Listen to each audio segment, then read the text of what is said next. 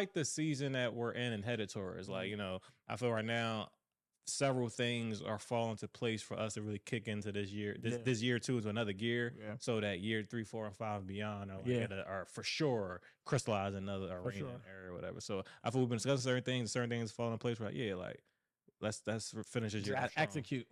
Yeah, for sure. I feel good. I didn't think I was hungry because I had ate that good breakfast that I had to make earlier.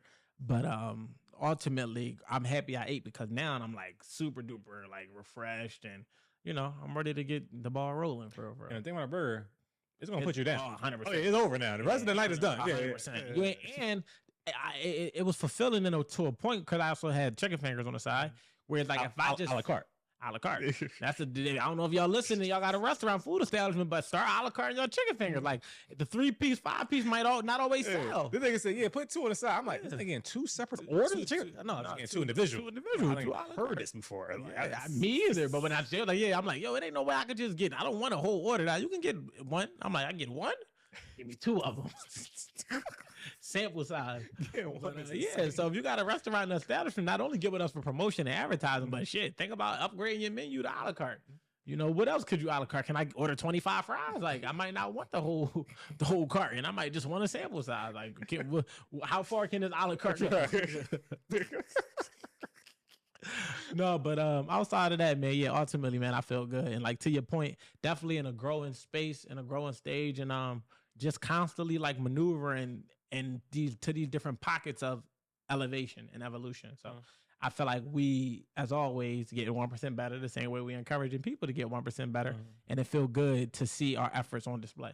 For sure. And to on that same token, I feel when you thinking about growth and trying to scale and, you know, be better, oftentimes you might have to pivot and even scale back for the growth in mind or whatever. So, you know, I know a few episodes ago I spoke about like kind of reframing my mindset to make sure being a high earner is different. It can be different from being having a high net worth. 100%. And I realized the pathway or the trajectory I was going, oh yeah, I'm subconsciously or unintentionally thinking about making more money and not retooling my intentions and discipline and just retaining more money, those type shit, whatever. So at first I was a little extreme of like, I ain't about to do shit. Nigga said, don't ask me for nothing.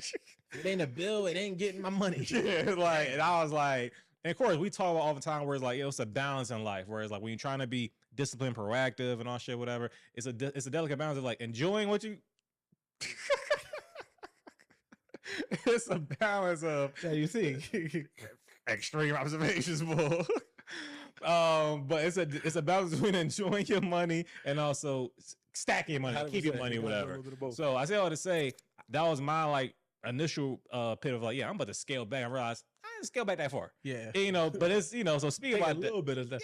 Yeah, but we go from like 80 to 55 type shit, whatever. Just for the men that's out there that's watching, it's like really having that self-assessment moment and really, because like it has to be that transition, right? When you go from fun to responsibilities to being able to have fun while handling your responsibilities. And I feel like you can't can't go straight from fun to responsibilities and eliminate the need for the balance so that always scale back because you want to enjoy, but sometimes it just call for that lock-in season. I feel like as men, that's not highlighted enough. Like so many men are afraid to take a step back. Like fuck speaking about so many men. Nigga, I took steps back where I wasn't dating. Took steps back where I had to go back to my mom's crib. Took steps back after being evicted, having repos, and to say, you know what? So when I talk about getting my faith, my fitness, and my finances in order, it's because I realized that on so many occasions, those were the things that was hindering me from being able to grow into the man. Because we all have a version of ourselves that we see ourselves to be. A type of provider we want to be, type of protector we want to be, type of businessman we want to be, type of man we want to be. But we don't have the capacity or the wherewithal to separate from the habit that's holding us from that. So being able to increase our discipline is a principle. Discipline creates results in whatever you do. If you be consistent with discipline, you just stick to it. So being able to take that step back, I'm like, you know what? I'm not about to be clubbing. You know what? I'm not about to be and being okay with it.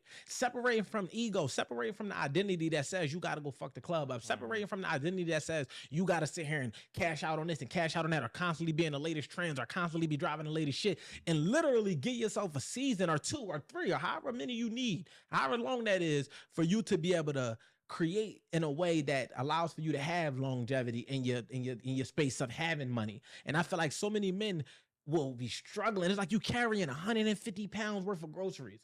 Just put 100 of them down and put 25 on each arm, get where you got to go, and then go back and get the rest of it, or get more when you get there. You follow what I'm saying? But if you never take that time to sit back and actually assess them, like, yo, you know what? This $2,000 a month rent cooking me.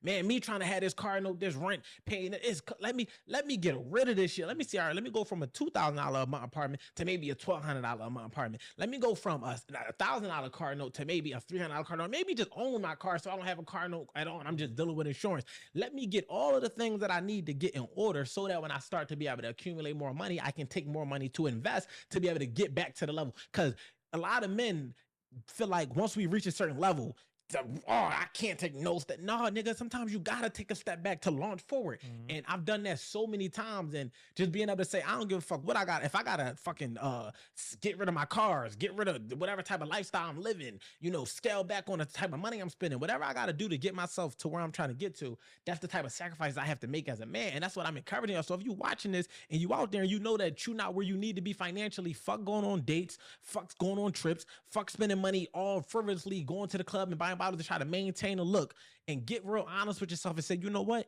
If you did the math for how much you spend on a bottle, you did the math for how much you spend on a trip, if you did the math how much you spend on all these different vices, and actually say, you know what, let me take 6 months off from doing that and see what I could become. And in the next 6 months, let me hit the gym a little bit more. Let me read a little bit more books. Let me watch podcasts like this, and let me see what type of person I become, so that you see all of the money you have, you'll realize you won't even go back to them type of habits, because you have replaced them with better and more healthy and more efficient habits that make you better overall. Then we can walk into relationships more prepared to deal with what comes with it, versus just being out here on bullshit, then trying to get with a woman and hoping that she sit with us while we figure the bullshit out.